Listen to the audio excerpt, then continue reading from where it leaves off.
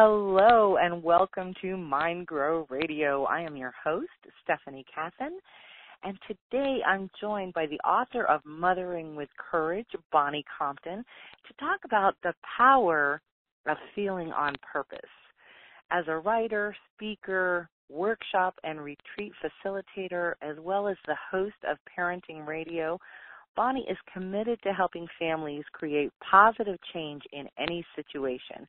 And she's been working together with families for over 30 years as a child adolescent therapist, parent coach, and pediatric nurse practitioner.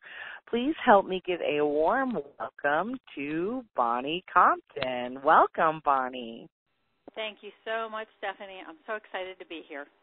This is just awesome. And huge shout out of congratulations about your book that just got featured in Whole Foods nationwide. That is awesome.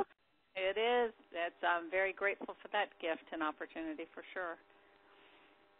That's fantastic. So I'm just going to dive right into this here. We're going to be talking about feeling on purpose. And one thing I'm always so interested in is, when you were younger, did you ever imagine that your life would look like it does today? No, absolutely not. Pieces of it, yes. I knew when I was younger that I was going to be a mom. I feel like I was put on this earth to be a mom. So that was not a surprise to me at all. The fact that I wrote a book, I couldn't have predicted that. As a matter of fact, if you had told me that probably 15 years ago, I would have said, no, I'm not a writer, not me. So, yeah, as a child, could never have envisioned that at all. And why was that? What happened to switch that for you, or when did you realize that there was a piece of you that you didn't even know existed? Well, as about 9 years ago, I got a tap on the shoulder. Actually, it wasn't even a tap on the shoulder. I opened my mouth, and out came the words, I'm going to write a book for moms. And I quickly just jerked my head around and looked behind me like, who said that? That couldn't be me. That did not come out of my mouth. Because not only am I not a writer, I'm not an author, I'm a bad writer. I had received and took this message on from my 11th grade English teacher, who gave me a C throughout the whole year. Didn't matter how hard I tried. And he told me I was not a good writer. And so from then on, I had the fear of writing. I second-guessed my writing. I mean, of course, I had to write papers in undergraduate school, grad school, all continued throughout. But I always doubted my ability. So, I've heard some writers say, I knew from the time I was a child I was a writer. That was not, what happened to me. But I believe this book was divinely inspired. And it became clear to me why I was to write this book. Now, I didn't write it right away. I wrote pieces of it, and I kind of dabbled in it, but I let life distract me. That was a good excuse not to sit down and write. And so finally, 3 years ago, it really hit me hard. My message is greater than my fear. My message to parents is greater than my fear. And so I thought, act in spite of your fear. And that's why I wrote it. When people say you're a writer, you're an author, it's still, for me, it's like, oh, yeah, I am. And yet that was not something that came to me when I was younger, that was my purpose. I am an author and a writer to help facilitate getting my message out there.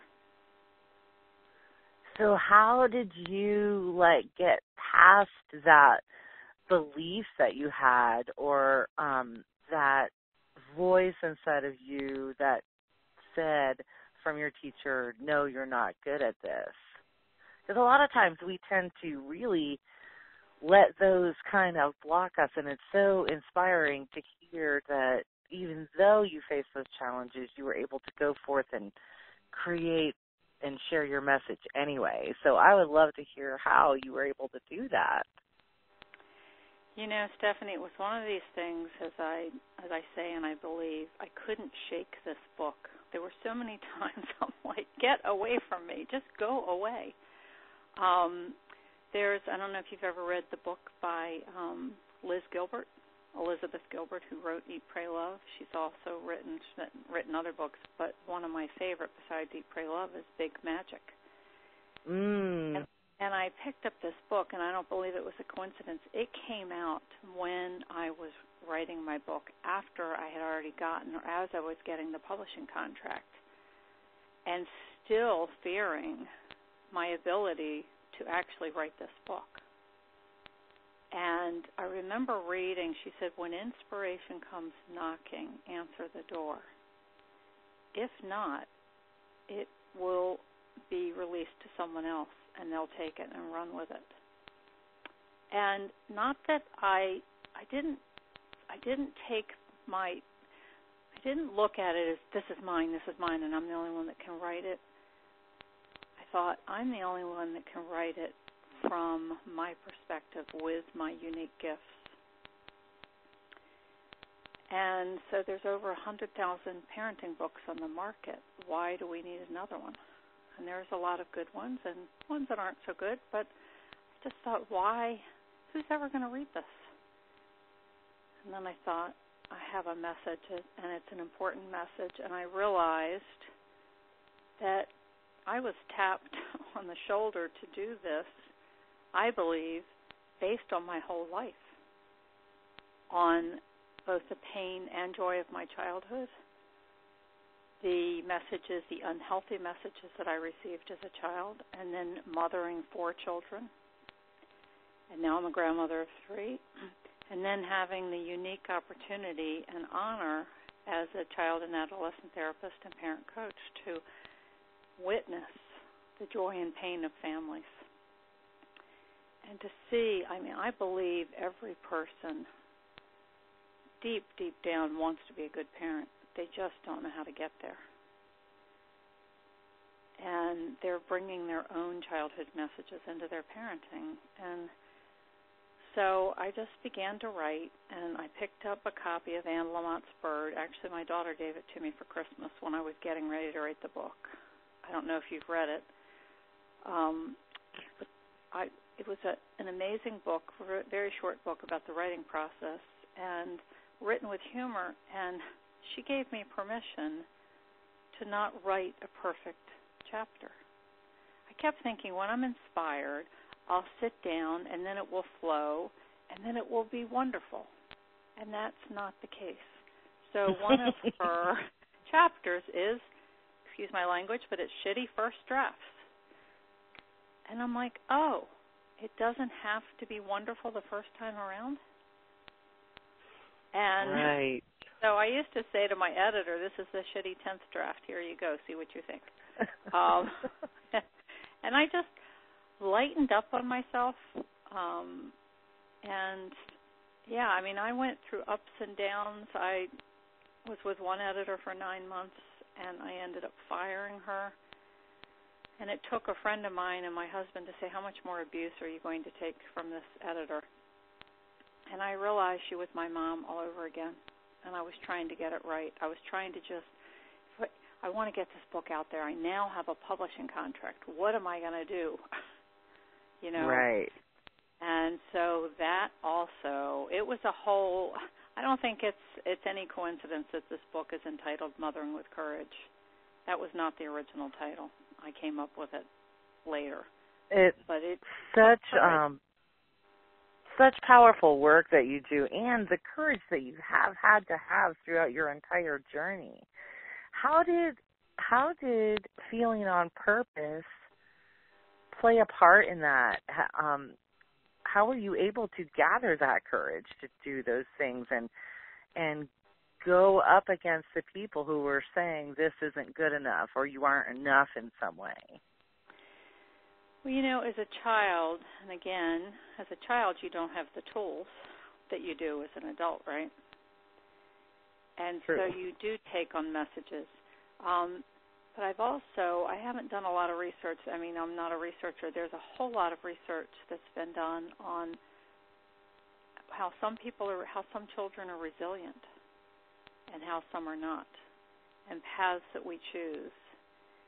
And so I believe I'm not only a survivor, I'm a thriver. And there was something within me that kept me going, that kept thinking there is a better world. This is possible, even in my own childhood. And as I say, there was abuse. It was emotional abuse coming from my mother towards me and manipulation. I was the good girl, the perfect daughter, and I had her love as long as I was that way. And I witnessed physical abuse with my brothers. And I now know my parents did the absolute best they could. And at the time, so I'm a very heartfelt person, sensitive. And so I took a lot of it on and kept thinking if I just behave even more. But I didn't know what that looked like because I thought, I don't think I can do any better. And I thought, well, there must be a way I can be the perfect daughter, which then carried throughout my life. I'm still unraveling that piece. But I just had, I think at a deep heart level, soul level, I trusted that all is going to turn out, while I also sugar-coated what was going on because it was too painful to look at. And so sometimes that does help, because when you harp on over how terrible things are day after day, some things tend to get more terrible as you do that. So that absolutely. You sugar-coated things a little bit is important. Talk about that piece a little bit. I sugar-coated it, which helped me get through things. However, I probably put 10 layers of sugar-coating. So to the point that I was so close to my mother. I mean, I was very close to my dad. I was a daddy's little girl, and he was an alcoholic and a binge drinker, so he would disappear. My mother, we believe, never diagnosed because she would not allow any psychiatrist. She would just flee. She was in a psychiatric hospital at one point and then checked herself out, but we believe it was borderline personality disorder, so you never knew what you were going to get. So my childhood was uncertain. It was too painful to look at, so I sugar-coated it to the point that it wasn't until I was 38, when I was broken wide open, when I stopped being the perfect daughter for her, that it still was even hard to look at. I mean, my husband remembers when we were dating, he didn't dare criticize my mother at all, because I just could not even tolerate that. Because in my mind at that time, she was perfect. She and I were so close.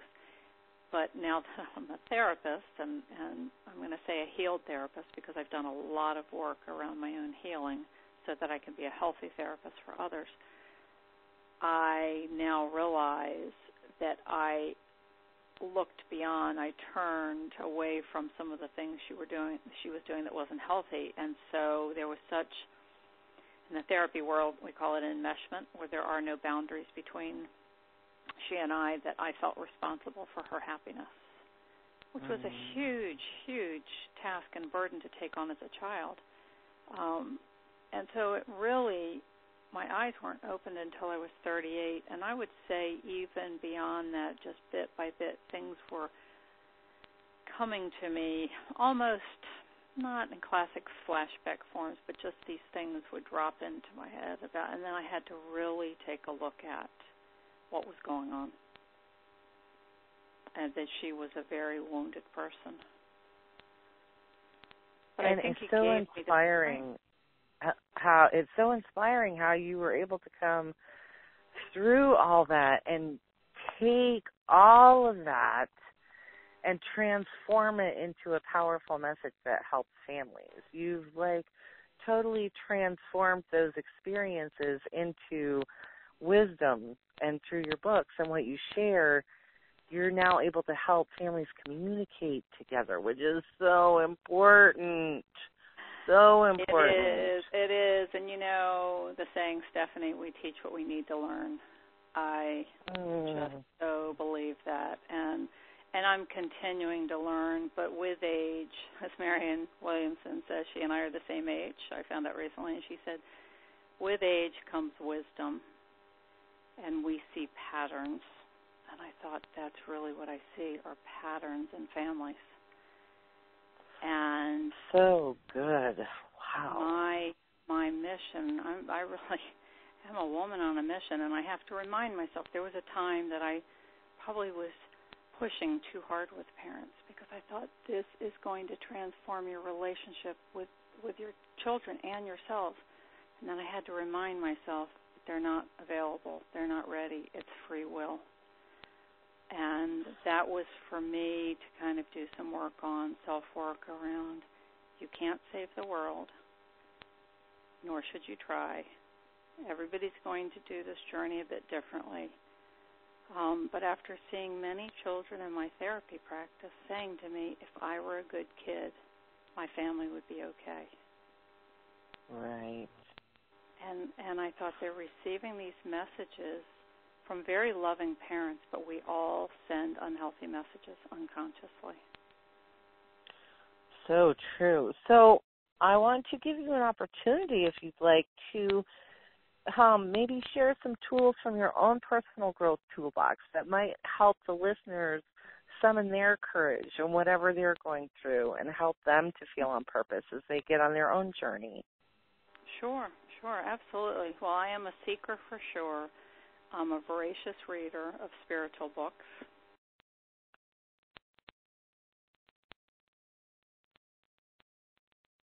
Did I lose you? Oh, I lost you there for a second. You're back now. So I heard you're an avid reader and a reader of spiritual books. Yes. And then I work with a Brennan healing practitioner. She's an energy healer. Amazing woman here in Charleston, South Carolina. And so I call her my soul's therapist. I probably have sessions with her every 5 to 6 weeks now. I used to go a couple times a month. I meditate, although I will say there's some judgment on this. I am not the best meditator because my mind gets distracted. So I'm being gentle with myself. Walking is a form of meditation. Dancing is a form of meditation. All sorts of things. I, again, I come from the heart. And so anything that touches my heart, I want to learn more about. I just yesterday attended a 3-day training. Free. It was free here in Charleston, and it's in 6 cities now, I think. Our community listens. And it's about spreading kindness and compassion through communication. And it just rocked my world because I thought, as a therapist, as a pediatric nurse practitioner, I've had so many classes on communication, and this was the missing link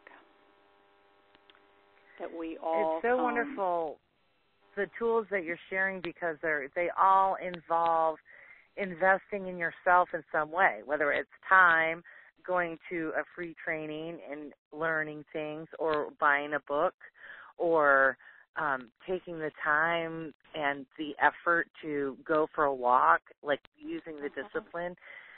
And so many people I have found in my experience, the biggest excuse I hear about that is, I don't have time for that, or I don't, I'm not a big reader. And what would you say to those folks? What I would say to those folks, which I actually believed, it was Liz Gilbert on one of her podcasts, said, for people that say, I can't find the time, I don't have time, she goes, you don't find the time, you create the time. And what I would say that I tell to moms all the time, because they often feel that they don't have time or that self-care is selfish, is that you cannot give what you yourself have not received or what you're not willing to receive. And so that becomes our default. It is an excuse. And I've used it myself, so I know. It takes one to know one. As long as you tell yourself you don't have the time, you will never create the time. However, go ahead. Yes, go ahead. Sorry. I know. I was just going to say, I will say, and I'm talking about moms in particular because they are often the ones I can't take care of myself. I'm taking care of my family. Right. Is that when you begin to create the time, and that's scheduling it, and it could be 5 minutes, 10 minutes per day, and you set your intention, you begin the day like that, you'll see an amazing transformation, not only in the relationship with yourself, but with everyone around you. Because we are energetic beings, and I know, Stephanie, you talk about this all the time in your work. And what are we broadcasting? What are we sharing with the world? The number one thing that kids tell me when I say, if you wish something was different in your family, what would it be? Is that I wish my parents weren't so stressed. And even more than that, it's often my mom is so stressed. And so once when I'm working with moms, the first homework assignment I give them is creating the time for self-care. And I hear, I don't have the time, I don't have the money, those are all the defenses, our default mode. That's what we say. True. That was one of the excuses I used to use when I first started. I was like, I can't go buy these books. I don't have the money to just go buy these books. And then I was like, oh, I have a library. Right. And I would just go ask them. Yes, your library is your friend. Right. Or you have a friend or a neighbor who you find the people, you put out the energy and people start coming to you that you realize have this spiritual interest and connection. And, yes. I have a book you may want to read, So, yeah. Yes. Oh, it's been such a pleasure talking with you today, and I can't believe our time is almost up. I do want to give folks the opportunity to learn more about you, so where should they go to do that?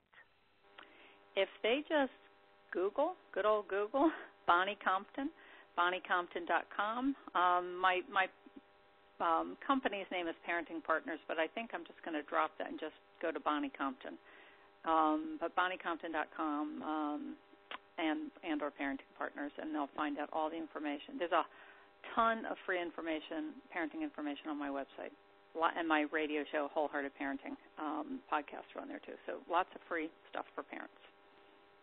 Oh, that is fantastic. So everybody, take Bonnie's advice. Go read a book. She gave you a great recommendation. Big Magic is a great one. Go pick up Bonnie's book, Mothering with Courage. You'll find that at Whole Foods. You can grab it on Amazon and connect with her because she's somebody that you definitely want to know. She's got really great information for you. And her calming presence is just so enjoyable to be around. I got to tell you that, Bonnie, because that doesn't happen with everyone, but you have a lovely, lovely energy about you that is very welcoming and easy. You make it easy to talk with you. So thank you so much for everything that you shared today. We appreciate you. Listeners, go grab Bonnie's book, Mothering with Courage. Go check her out. Go tune into her radio show, see what she's got going on, and go get a library card if you don't have one already. I'm your host, Stephanie Kathan. We've been joined by the amazing Bonnie Compton, and we will see you on the other side. And until we meet again, keep shining in your brilliance, everybody. Have a great day. Bye-bye.